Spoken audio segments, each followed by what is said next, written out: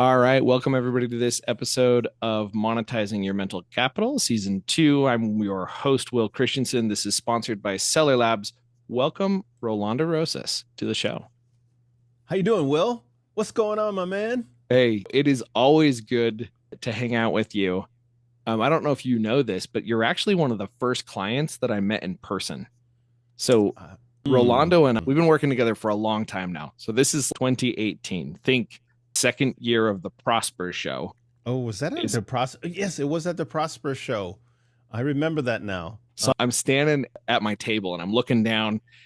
This was a nightmare of an event for me because we showed up and we didn't get the banner ordered in time from the right place.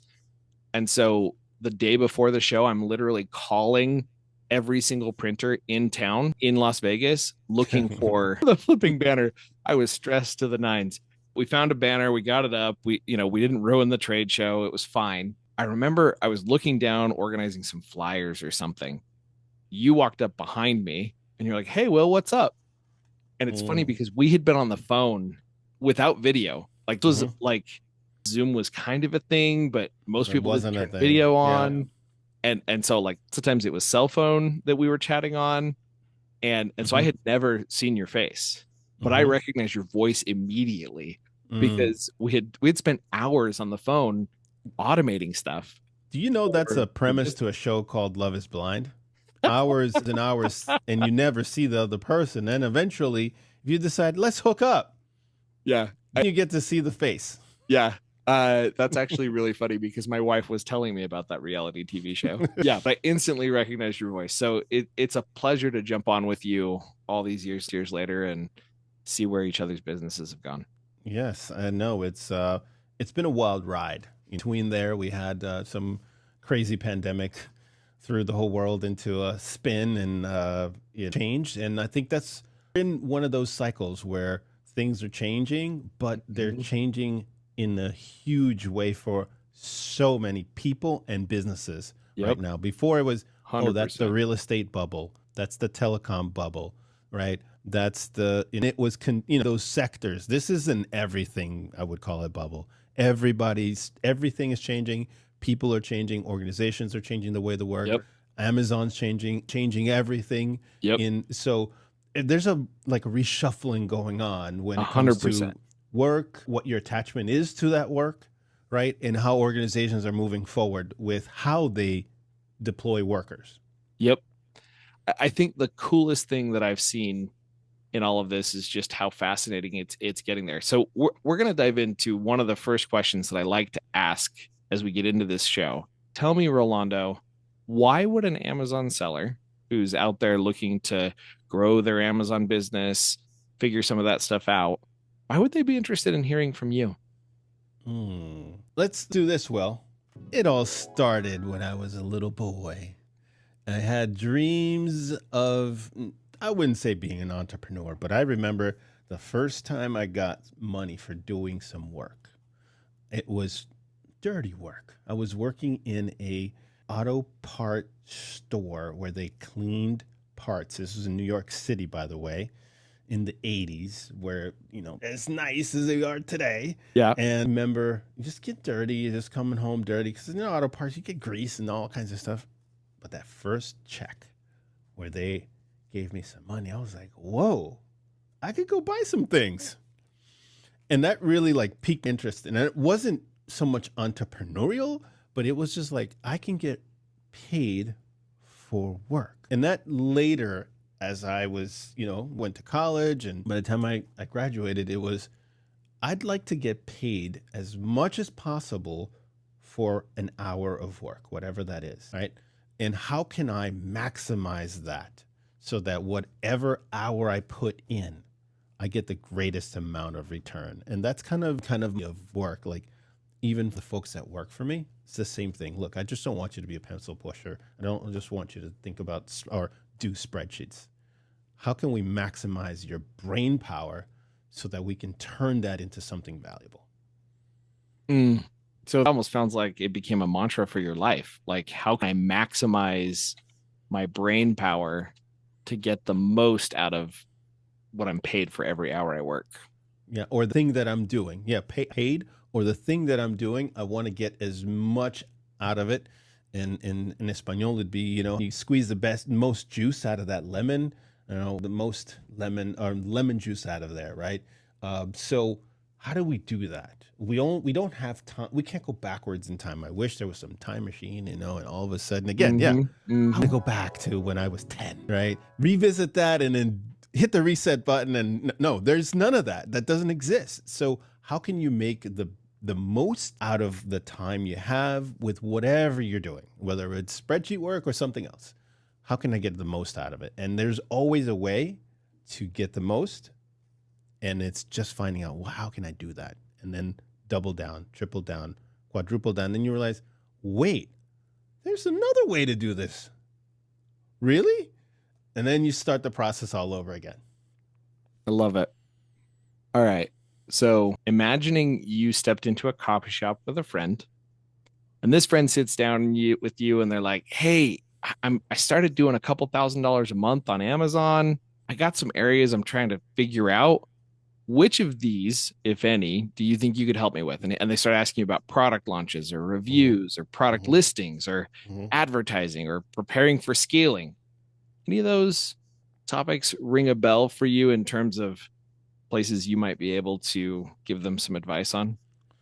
A couple of months, I've been asked this a lot, especially when it comes to product launches. And I've been thinking about product launches because there's two ways you can go, I think, when it comes to product launch.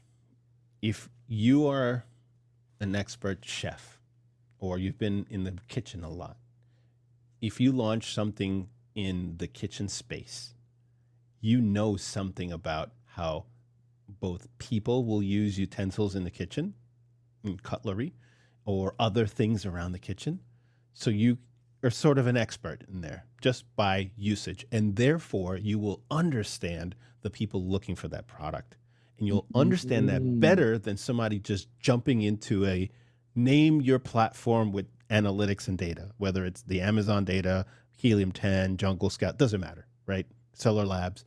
If you're just looking at data without knowing, really like to buy this in the summer because that's barbecue season.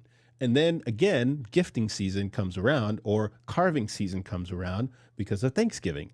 Those insights, and we take it for granted because this is obviously something very obvious. But if we're talking something more obscure, knowing those patterns and then how the customer buys is going to help you way more than if somebody simply went to Jungle Scout, Helium 10, Seller Labs to look at the data. They don't know these nuances. They don't know the mindset of the customer when it comes to buying something. What's the motivation? Why would somebody spend $500 for a knife versus $20?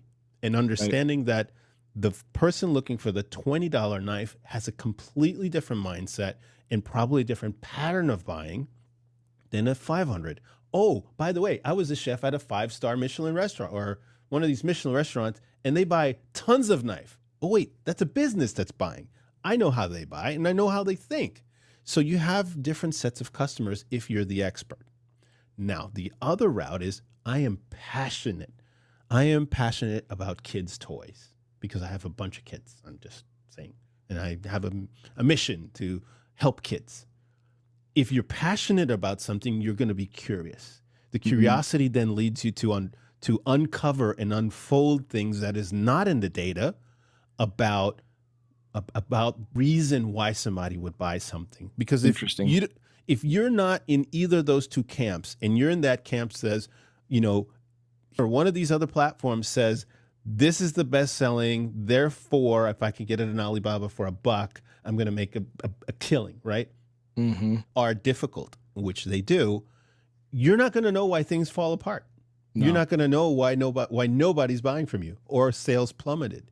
You're not going to have that foundation that you really need when those cycles, because they come, some are much more frequent than others, in understanding, this is the pattern, right?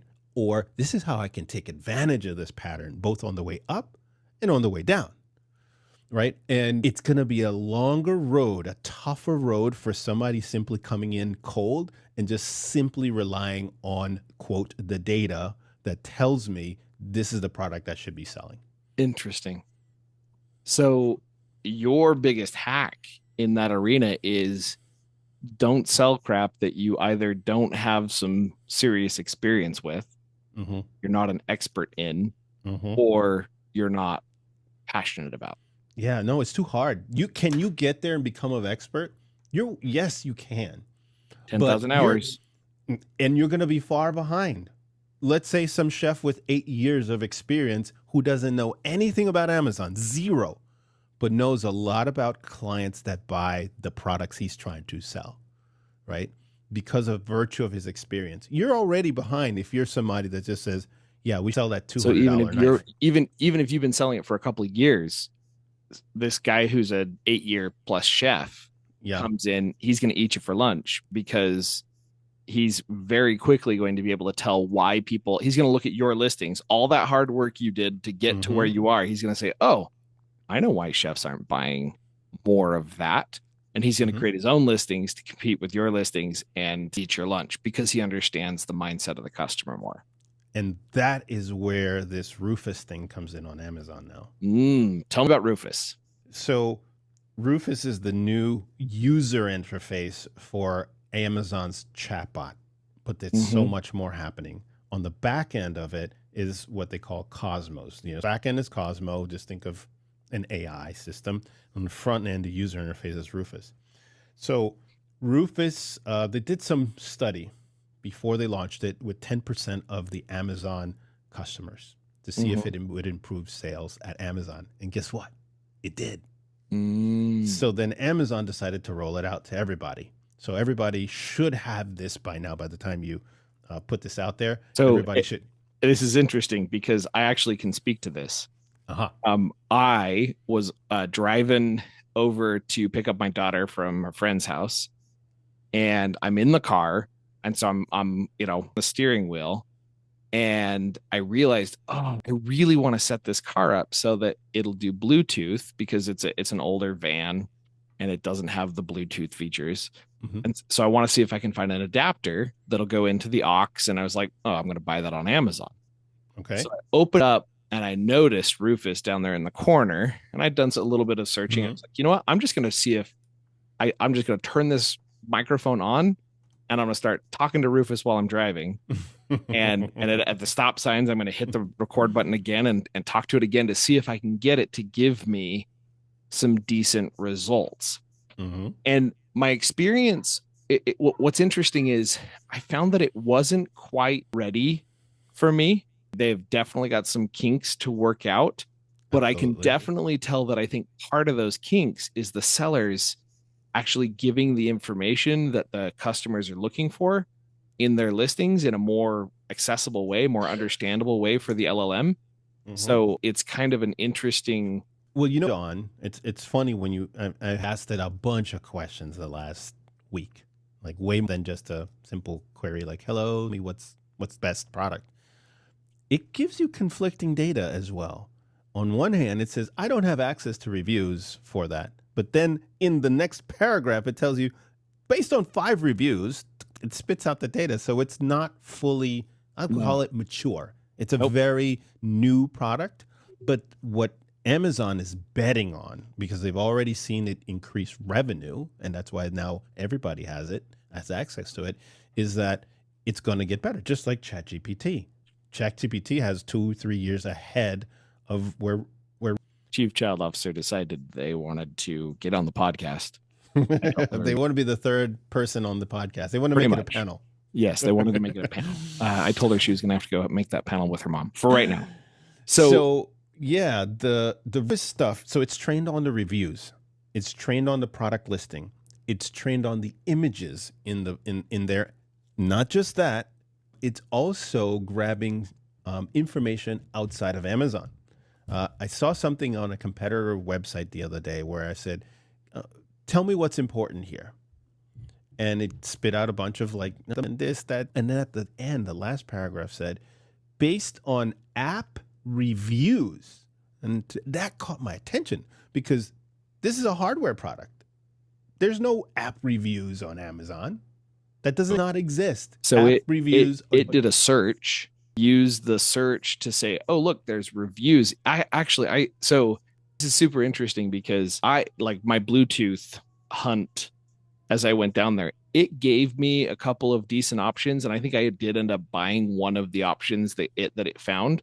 Mm-hmm. But I was so frustrated because I would give it like, okay, that's a feature I'm very interested in, but I also want it that it'll do this feature, and it would spit something out, and it was obvious that the things that it spat out didn't have both features. So like it was having a hard time keeping track of the what's there. What's been fascinating, and this is something that I think also is very interesting for the sellers that are listening.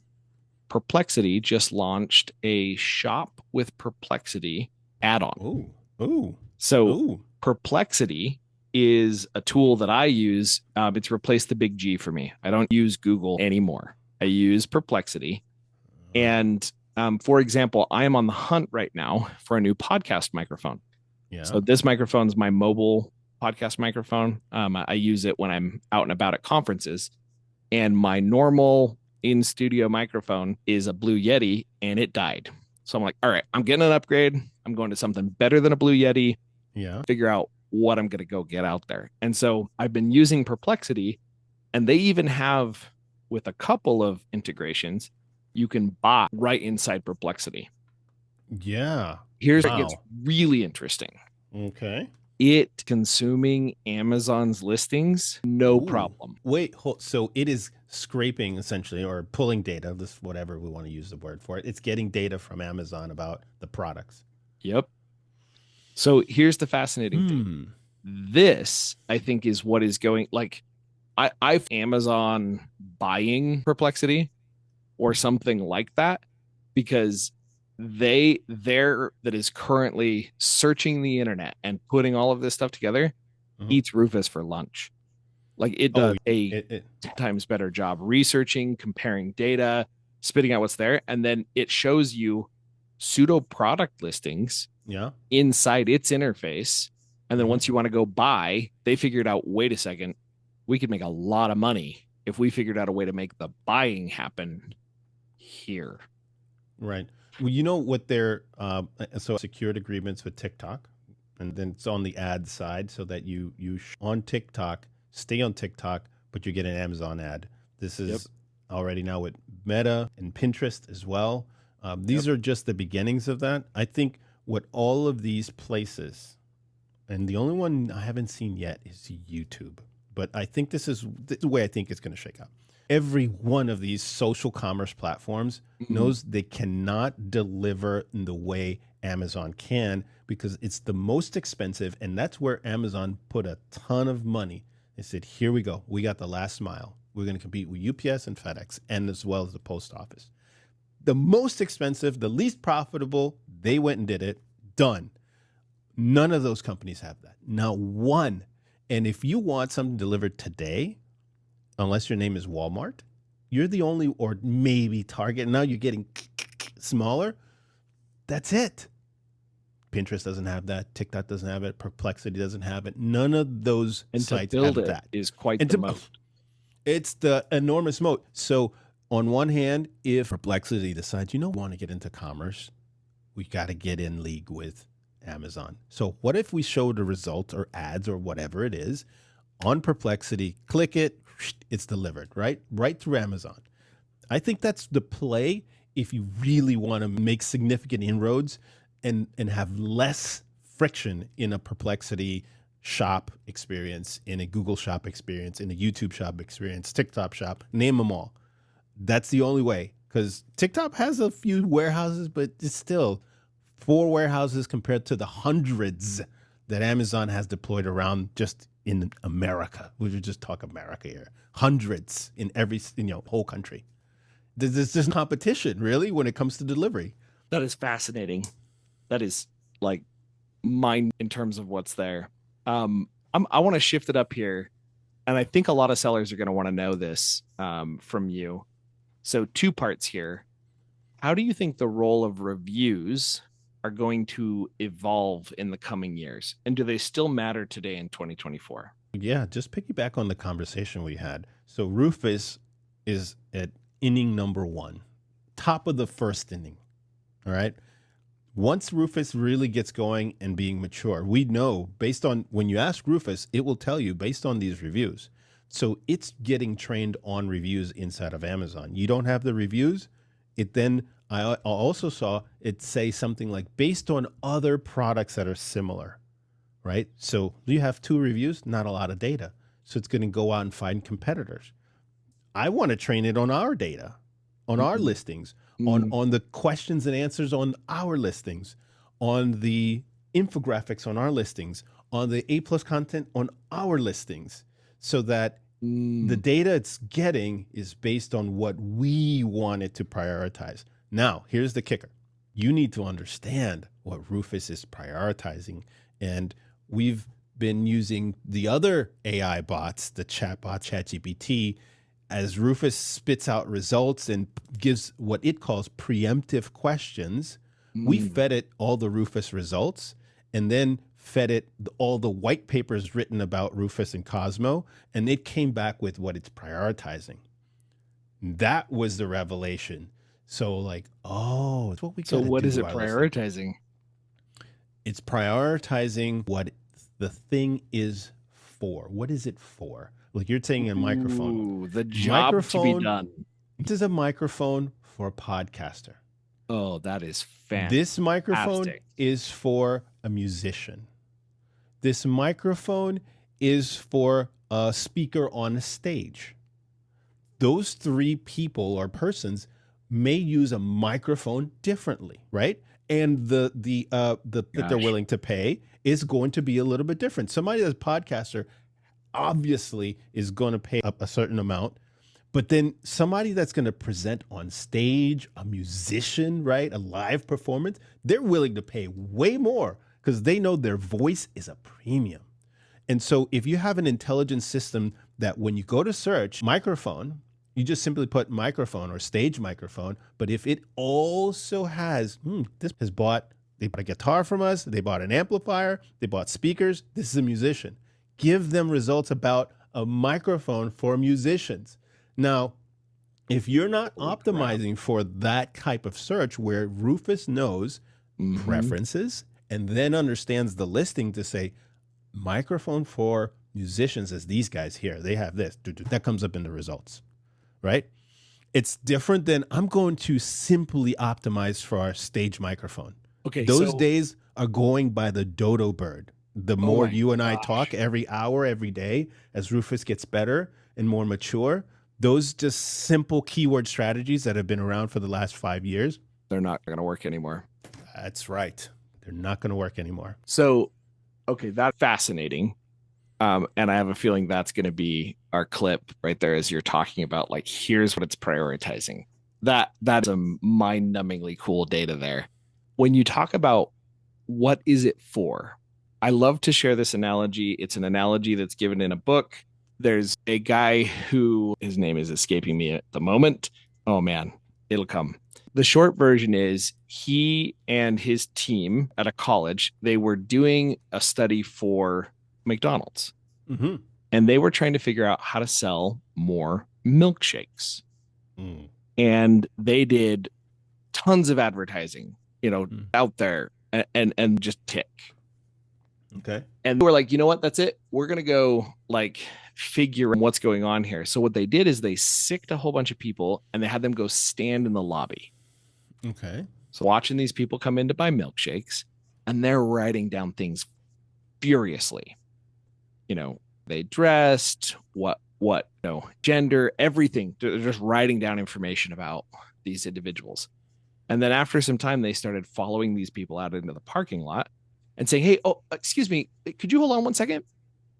I wanted to ask you, what you have bought if you hadn't bought a milkshake? What would you hire to do the job of that milkshake yesterday? And people started saying some really fascinating things. Oh, well, the reason I buy a milkshake from McDonald's is because I'm on the way to work and I need something that's easy to hold and keeps me entertained during the drive. And keeps me full just enough through lunch so that I'm not hungry while I'm there. But it's also easy and fast. Other people like, I did a banana. Yesterday I did a banana. Other people like, oh, I had a Snickers bar. And so all of a Mm-hmm. sudden, the competitors to this product were varied and very different.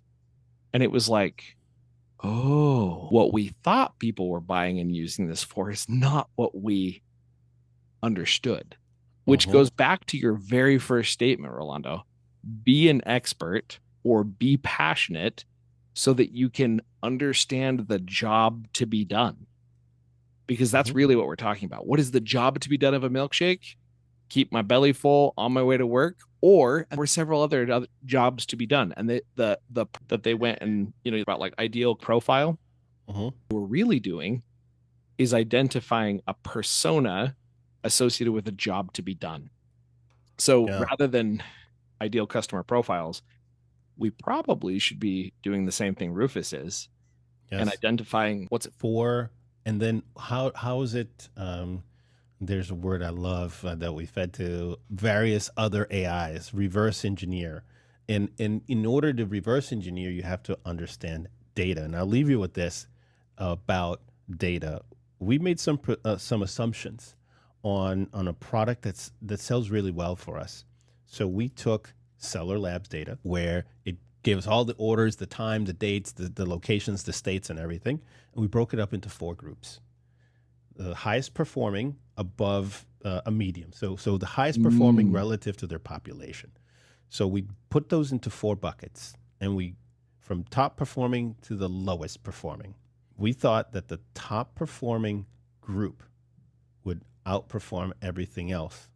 And that hasn't turned out to be the case when we advertise these products using Google. We found that the lowest performing actually turned out to buy the most. And this is only a couple months into this. And then the second whoa. most was the top performing. So assumptions can only be made when you have good data. And this is what you're talking about with the milkshake example, as well as for Rufus. You need good data. You need to be curious to know, what is it doing? Why is it doing it? There are priorities. What is it prioritizing? What does this mean? What do I need to do? And then when you, again, a curious person will go those steps. Somebody that's an expert may not, but they may hire somebody to help them. But somebody that's only focused on the Jungle Scout and Helium 10 data that's telling me this is the best selling, so I should go over to Alibaba and buy it, is not going to figure that out. I don't Mm, think so, because they don't have the other pieces of the pie to really motivate them to be curious or say, square with the stuff that I know, right? Let me go revisit that. I love it. Shifting over to advertising just for a minute. Yep. What ad types or placements seem to be performing now for new products versus what used to be out there? Are we talking Amazon or are we talking off of Amazon? Amazon, Google, when you launch a product that's going to go into Amazon eventually, where do you start it? Do you launch it on your big We, commerce store first and then no, launch no, them? launch it on Amazon. That's where the action's at. You got to be for us, the customers on Amazon, the majority. Oh, do we get action elsewhere? Walmart, eBay, our own website? Yes. The action's not as rich there as it is on Amazon. When it comes to electronics, that's Mm-hmm. the space we're in. Mm-hmm. So we launch on Amazon, and we do put some ads behind it. And some listings will get some sales right away. But what we do is when we launch, with the mindset of testing to see if this is a valid product that we should not just get behind, but get in a lot of inventory, put it into FBA, because it takes time and effort and money to do that, right?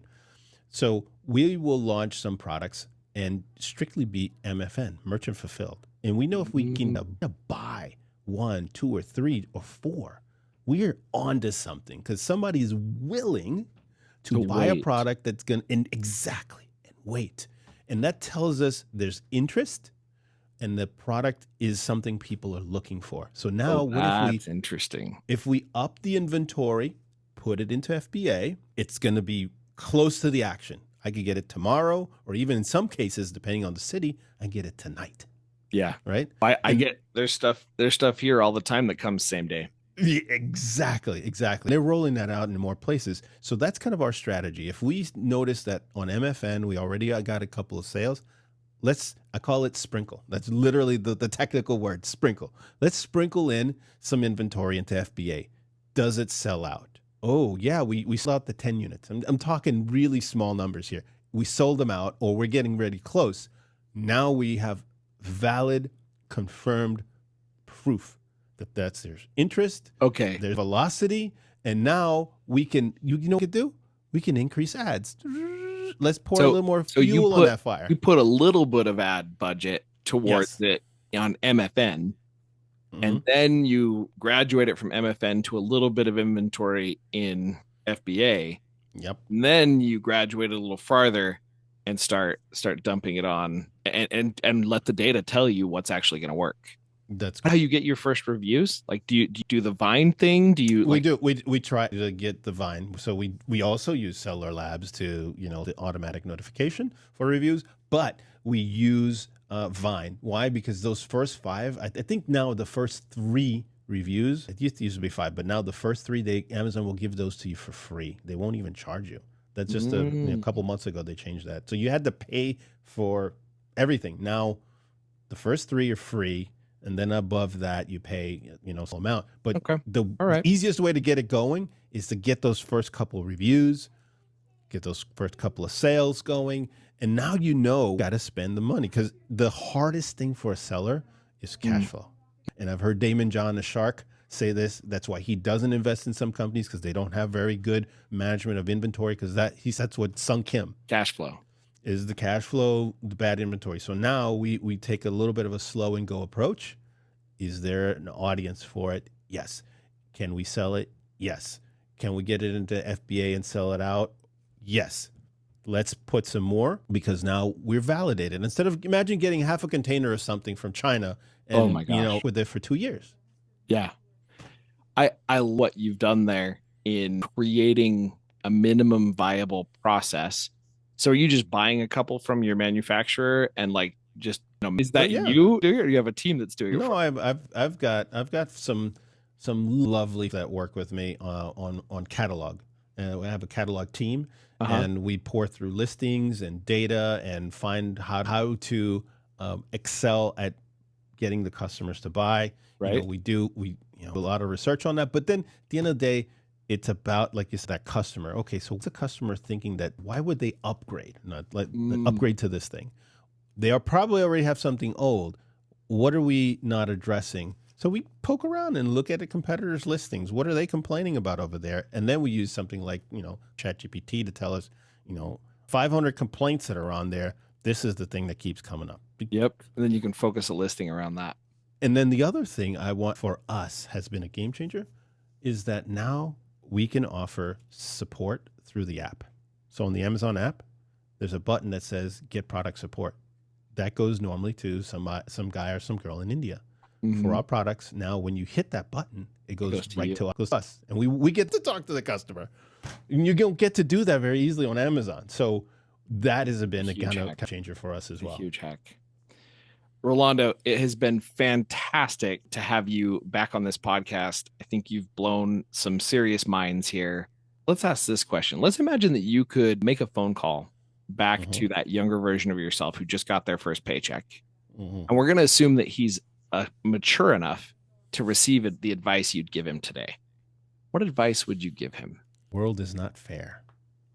Nobody told me that. The world is not fair. The world is unfair. Amazon is unfair. People are unfair.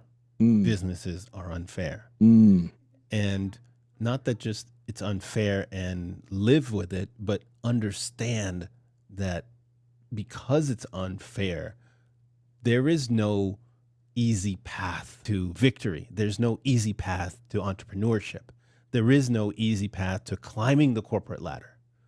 And assuming somebody inside that you want to make the world better, you assume other people do the same and they'll look out for you and they'll be there for you, and neighbor like you want to be treated, all of that. That's great, but it doesn't always happen. It's good to have it in your heart and in your mindset, positive mentality, but the world is unfair. People are unfair. Amazon's unfair. And all of these things are stacked against you. Understand that the road is bumpy. It's never smooth. But if you really want to get to the other side, you just have to know that that's what you're going to face. I love it.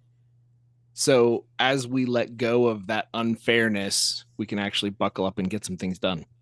Absolutely. You got to, at a time, go in there every day, chip away at it. 1% today, I'm going to get 1% better. Next week, you can get knocked down, and it happens to all of us. We all get knocked down. We get depressed. We get sad. Crap happens.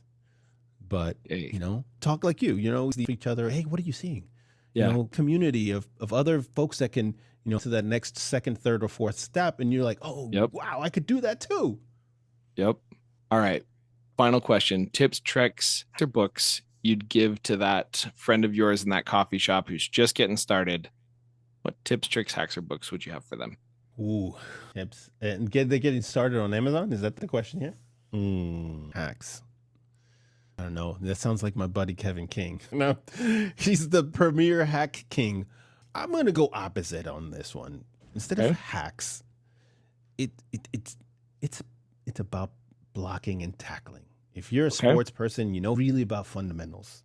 Okay. And the more you get better at the fundamentals, at the blocking and tackling, the more solid your foundation moving forward would be. Because if you just go all in on ads and don't understand logistics, you're going to run into problems. If you don't have a strong catalog person or somebody that tickets with Amazon, all of these catalog things, it's one part of the game, another part of the game. But it's really those basic, boring things that you have to get. It's boring to do catalog. It's frustrating to deal with seller support. But you get good at it. Every day you learn a little more. Every day you learn. You're learning and learning and learning and just building on that foundation. It's really all about the basics, because all of this other minutia with AI and all the ads and all the hacks, that's going to go away, or it changes, right? What I could tell you about ads today, it is not going to be the same next year. Guaranteed. You go use the auto and hit, of search using loose. That's going to change because Amazon's going to decide, well, want to do something different. And then take away, right? So the basics is what's going to remain. All the other little stuff, we can nibble at the edges and talk about hacks. But I would say the basics, the fundamentals, blocking and tackling, get good at it, get better at it, or bring people into the team, into the organization that can help you do that. Love it. Rolando, it's always a pleasure. Thank you so much for joining us on the show. Where can individuals reach out and connect with you? I'm on LinkedIn at Rolando Rosas. And if you don't do LinkedIn, you do YouTube. I'm on YouTube as well as TikTok as well, and do long form. I have my own podcast, just like this. And people can go check me out and some of the people that I talk to there on YouTube as well. What the Tech is the name of the podcast. What the Tech? That's right. With a K. What the Tech with a K. And I love it because global tech, I think, is awesome. I appreciate your time, Rolando. Thanks for joining us. Thank you, Will. I appreciate it. All right.